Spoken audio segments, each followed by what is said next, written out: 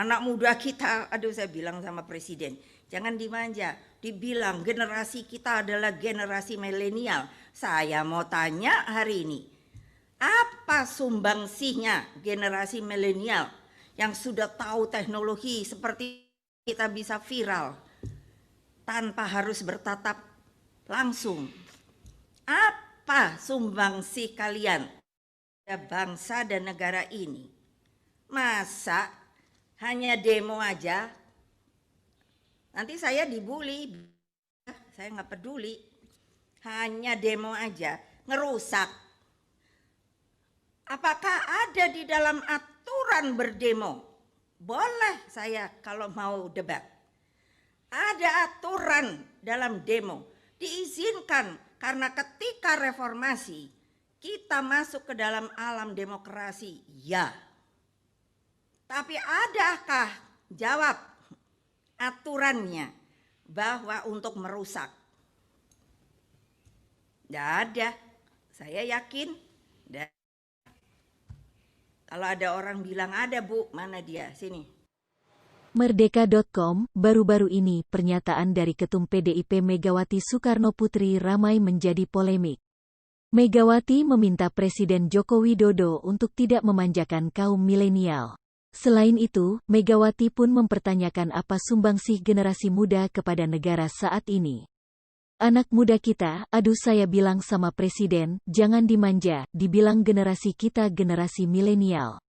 Saya mau tanya, hari ini apa sumbangsihnya generasi milenial yang sudah tahu teknologi seperti kita bisa virtual tanpa harus bertatap langsung, kata Megawati dalam sambutannya saat peresmian kantor DPD DPC PDIP secara virtual, Rabu, 28/10.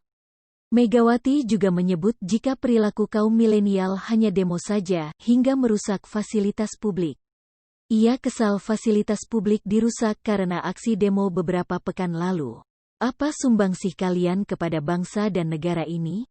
Masak hanya demo saja, nanti saya dibully, saya enggak peduli hanya demo saja, ngerusak apakah ada di dalam aturan berdemo diizinkan karena ketika reformasi kita masuk ke alam demokrasi, ya. Tapi adakah aturannya bahwa untuk merusak? Enggak ada, tegasnya. Di tengah viralnya pernyataan Megawati Soekarnoputri, Najwa Shihab dan tim pun membongkar fakta sesungguhnya. Najwa dan tim menganalisa secara visual untuk mengungkap para pelaku perusakan fasilitas umum saat demonstrasi tengah berlangsung. Benarkah para pelakunya adalah kaum milenial alias mahasiswa dan buruh? Berikut ulasan lengkapnya. Dilansir dari akun Instagram @najwashihab, Najwa Shihab dan tim narasi melakukan analisa secara visual untuk mengungkap para pelaku perusakan fasilitas umum saat demonstrasi tengah berlangsung. Najwa dan tim menganalisa foto-foto dan video dari sumber terbuka yang dapat diakses publik. Selain itu, Najwa dan tim juga menganalisa foto dan video dari jurnalis media, rekaman CCTV, hingga foto-foto dan video viral di media sosial. Pengungkapan pelaku perusakan halte dimulai dari foto viral jepretan fotografer Merdeka.com, Ari Basuki. Dari jepretan tersebut terlihat pelaku mengenakan pakaian serba hitam. Pelaku yang berpakaian hitam itu adalah orang pertama yang menyulut api di halte Sarinah.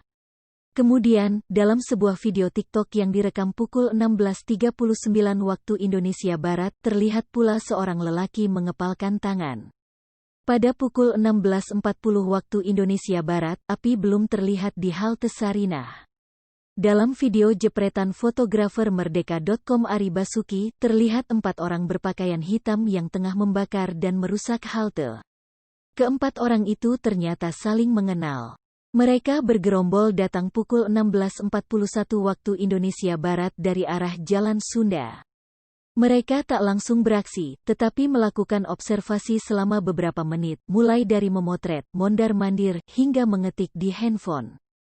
Kemudian pada pukul 16.45 waktu Indonesia Barat, pelaku pun mendekat ke arah halte Sarinah. Ia sempat berkomunikasi dengan rekannya dan menunjuk ke arah kobaran api bagian selatan. Setelah itu, pelaku kembali sebentar dan membawa traffic cone. Ia pun membakarnya traffic cone sampai menyala dan langsung membawanya ke halte. Tetapi, karena api keburu padam, pelaku itu pun kembali ke arah kobaran api dan mencoba mencari bahan lain yang dapat menyulut api. Setelah mendapat sebuah spanduk, pelaku lantas membakarnya. Dengan api yang masih menyala, pelaku pun membawa spanduk itu ke halte pada menit ke pukul 16.52 waktu Indonesia Barat.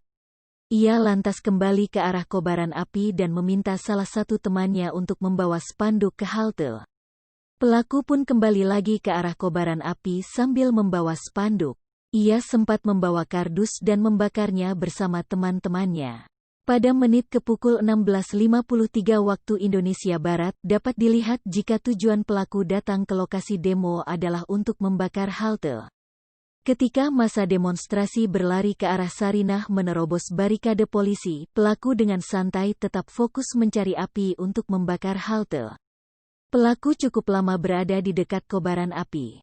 Kemudian, ia pun kembali lagi ke halte pada menit ke pukul 16.57 waktu Indonesia Barat. Ia kembali lagi ke titik api pada menit ke-59, lalu kembali ke halte sambil membawa penyulut api yang lebih besar. Tetapi, kali ini ia diikuti oleh teman yang berbeda. Kemudian pada pukul 17.01 waktu Indonesia Barat, pelaku sempat berbalik badan setelah membakar halte. Ia lalu mondar-mandir, berhenti sejenak memegang handphone, lalu kembali ke halte. Pada pukul 17.04 waktu Indonesia Barat, pelaku keluar dari halte dan memantau ke arah barikade polisi, dan kembali mengambil api. Saat itu, ia terlihat mengobrol dengan teman-temannya. Pelaku pun kembali lagi ke halte pada pukul 17.05 waktu Indonesia Barat. 3 menit kemudian, pelaku terekam sedang membakar halte bagian selatan. Dalam sebuah rekaman video, kobaran api hanya terlihat di bagian selatan halte. Video tersebut diambil pada pukul 17.12 waktu Indonesia Barat. Terlihat ada 2 orang berkaos garis-garis di dalam rekaman CCTV. Setelah itu, pada pukul 17.18 waktu Indonesia Barat, pelaku terlihat menjauh dari halte dan duduk di pertigaan Jalan Sunda.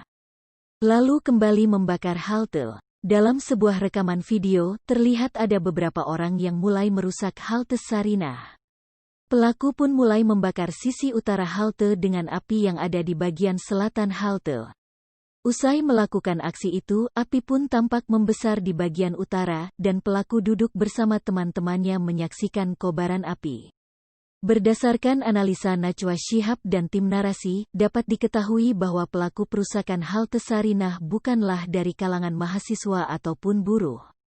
Dan para pelaku bukan bagian dari mahasiswa atau buruh yang menjadi motor penggerak aksi demonstrasi penolakan Undang-Undang Cipta Kerja yang baru disetujui DPR dan pemerintah dalam rapat paripurna pada tanggal 5 Oktober tahun 2020, tulis Najwa Shihab dalam unggahannya.